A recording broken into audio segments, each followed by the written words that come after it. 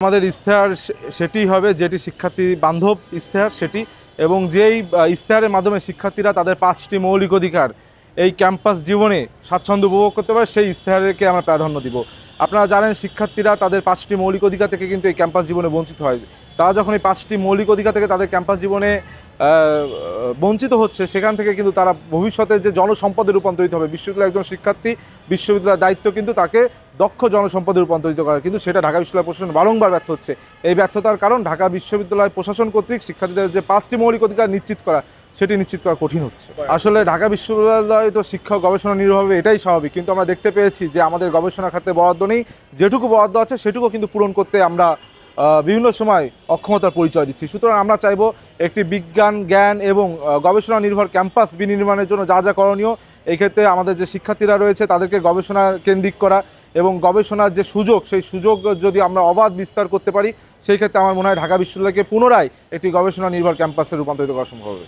আমি অন্যান্য সকল সহযোগী ছাত্র সংগঠন সহ এই বিশ্ববিদ্যালয় ক্যাম্পাসের যে প্রায় 40,000 শিক্ষার্থী ভোটার রয়েছে, সকলকে একটি বার্তা দিতে চাই যে আপনারা সকলে, আমরা কিন্তু সকলেই এই ঢাকা বিশ্ববিদ্যালয়ের সহযোদ্ধা, সকলে আমরা শিক্ষার্থী, কেউ আমাদের সিনিয়র, কেউ আমাদের জুনিয়র। আমরা সকলে মিলে এই ঢাকা বিশ্ববিদ্যালয়ে যদি ঐক্যবদ্ধ থাকতে পারি, তাহলে কিন্তু আমাদের একটি গণতান্ত্রিক ঢাকা বিশ্ববিদ্যালয়ের পরিবেশ নিশ্চিত করা সম্ভব হবে।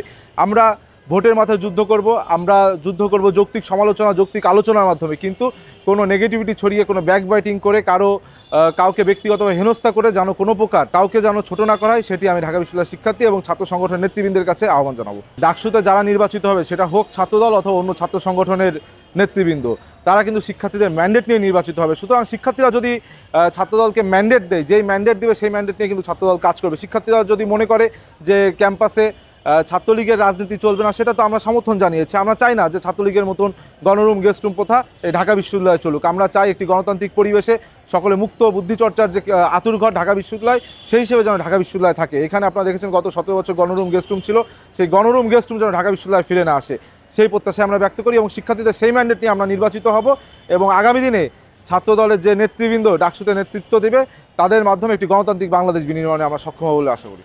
আসলে আপনারা জানেন ডাকসুতে 28টি পদ, তার বিপরীতে বাংলাদেশ জাতীয়তাবাদী ছাত্রদল ঢাকা বিশ্ববিদ্যালয়ের 450-র অধিক যোগ্য প্রার্থী ছিল, যারা গত 17 বছরে অথবা 17 বছর যে কোনো সময় তাদের ছাত্রজীবন যখন শুরু করেছে, তাদের ক্যারিয়ারকে বিসর্জন দিয়ে দেশমাতৃকার প্রশ্নে কিন্তু আপোষহীন ছিল। সুতরাং এইখানে যেহেতু একাধিক যোগ্য ব্যক্তি এবং এক পদের বিপরীতে 10 গুণ থেকে 15 গুণ প্রার্থী ছিল, সুতরাং প্রার্থীতা যাচাই বাছাইয়ের ক্ষেত্রে কিন্তু একটু প্রলম্বিত হয়েছে। এটা আসলে মাদার অর্গানাইজেশনের কোনো ব্যাপার না এবং আপনারা জেনে আনন্দিত হবেন, গতকাল রাতে গণতান্ত্রিক প্রক্রিয়ার মাধ্যমে কিন্তু ভোটাভুটি হয়েছে এবং সেখান থেকে আজকে প্যানেল ঘোষণা হয়েছে।